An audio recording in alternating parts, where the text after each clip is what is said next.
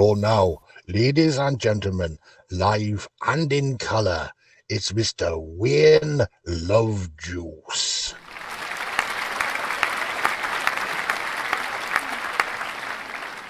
The other day our producer Louis had a chat with an interesting chappie who said that the YouTube algorithms really aren't that happy if a channel only broadcasts once a week, so we decided we can text ya whenever we've got a piece of news in our new book on the track Xtra.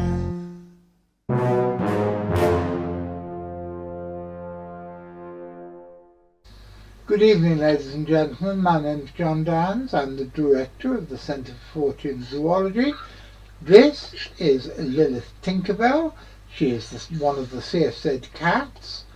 And this is Archibald, the Archimandrite Archimedes, otherwise known as Archie.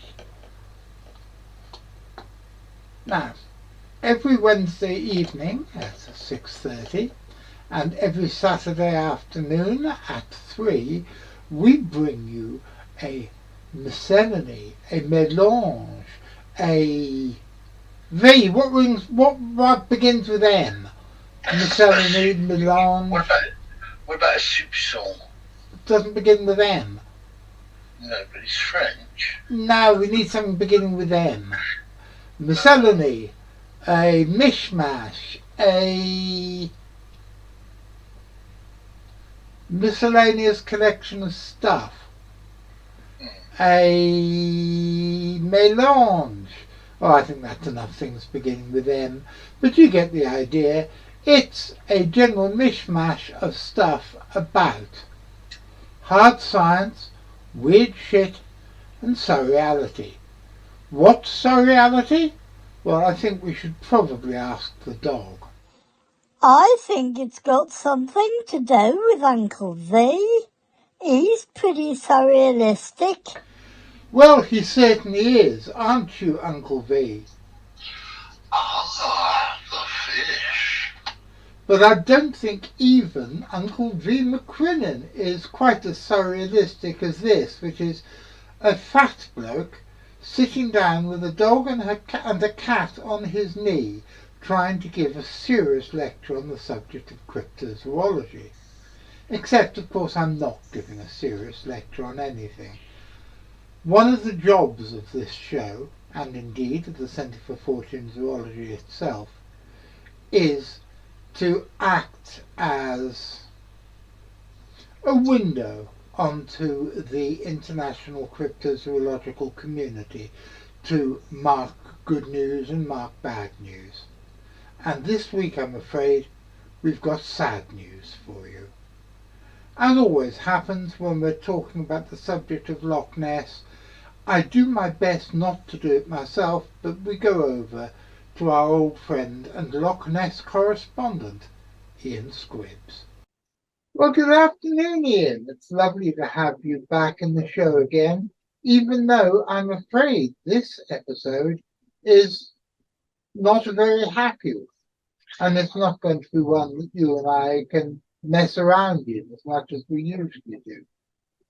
Quite true, John.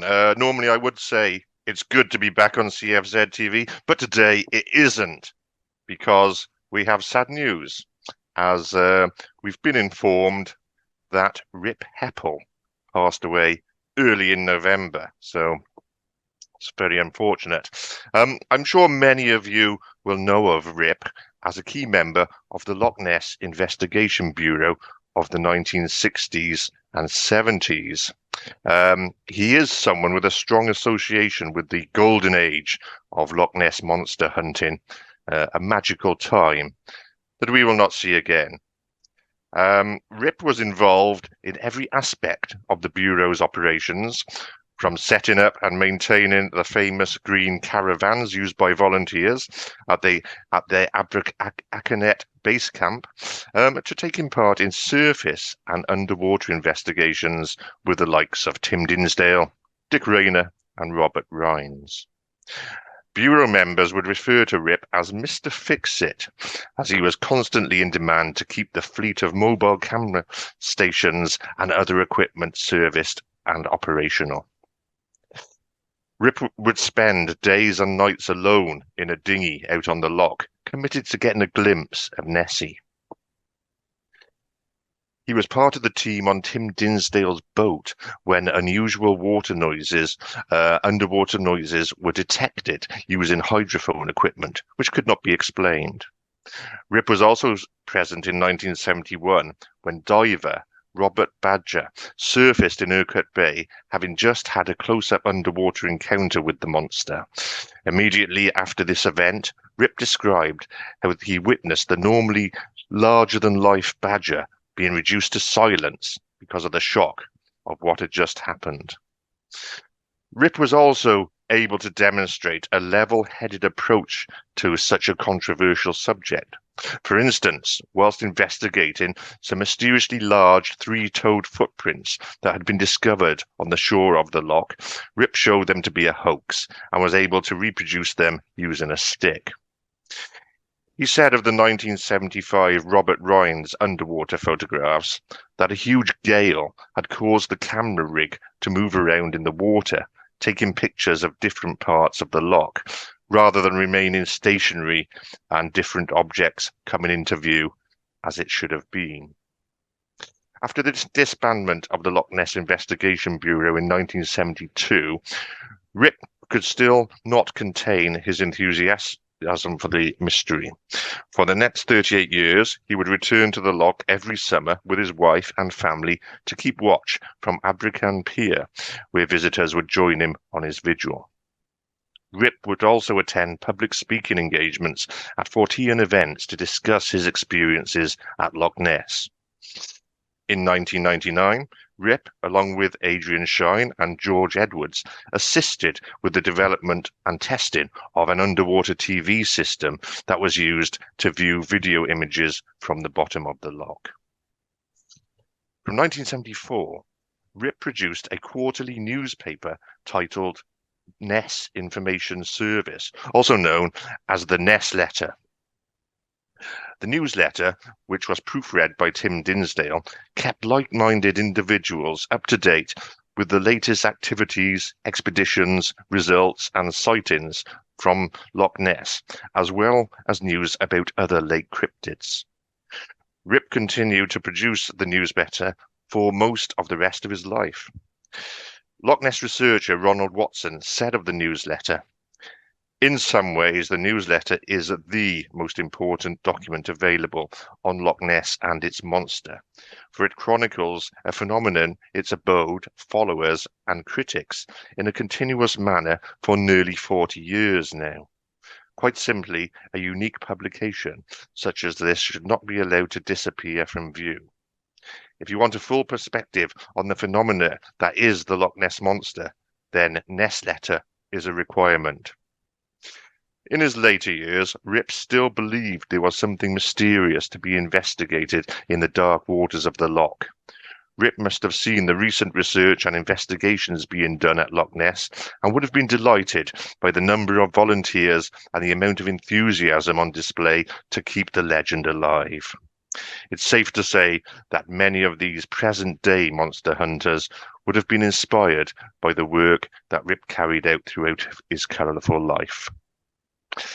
Everyone at the CFZ would like to thank Rip Hepple for his contribution to cryptozoology, and we all offer our condolences to his family and friends.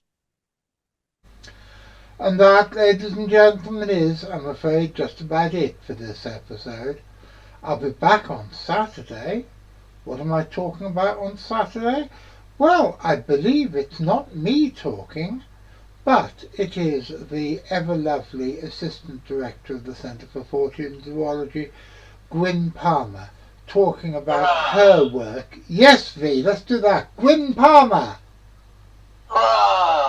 And then V just shouted hurrah, and so say all of us, who's talking about her long-term project to document the life, times and work of veteran Yeti author Now the cat's gone, now the dog's gone.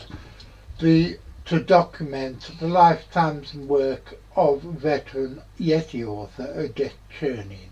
And for those of you who don't know, she wrote 2 books on the Yeti in her lifetime, and we, touched by accident, discovered the long-lost 3rd manuscript, which has never been published, except, I say, never been published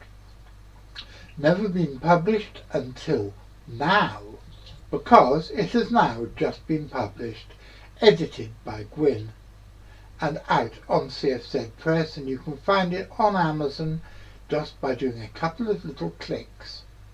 So, you'll hear all about it next Saturday afternoon. Until then, however, are you listening, Mr. McCrinnan? I am indeed. Are you going to be watching the show on Saturday? Of course. When you are watching the show on Saturday, you'll be there watching it, and I'll be shouting, Mrs. B, I don't know what I want, but I want it now.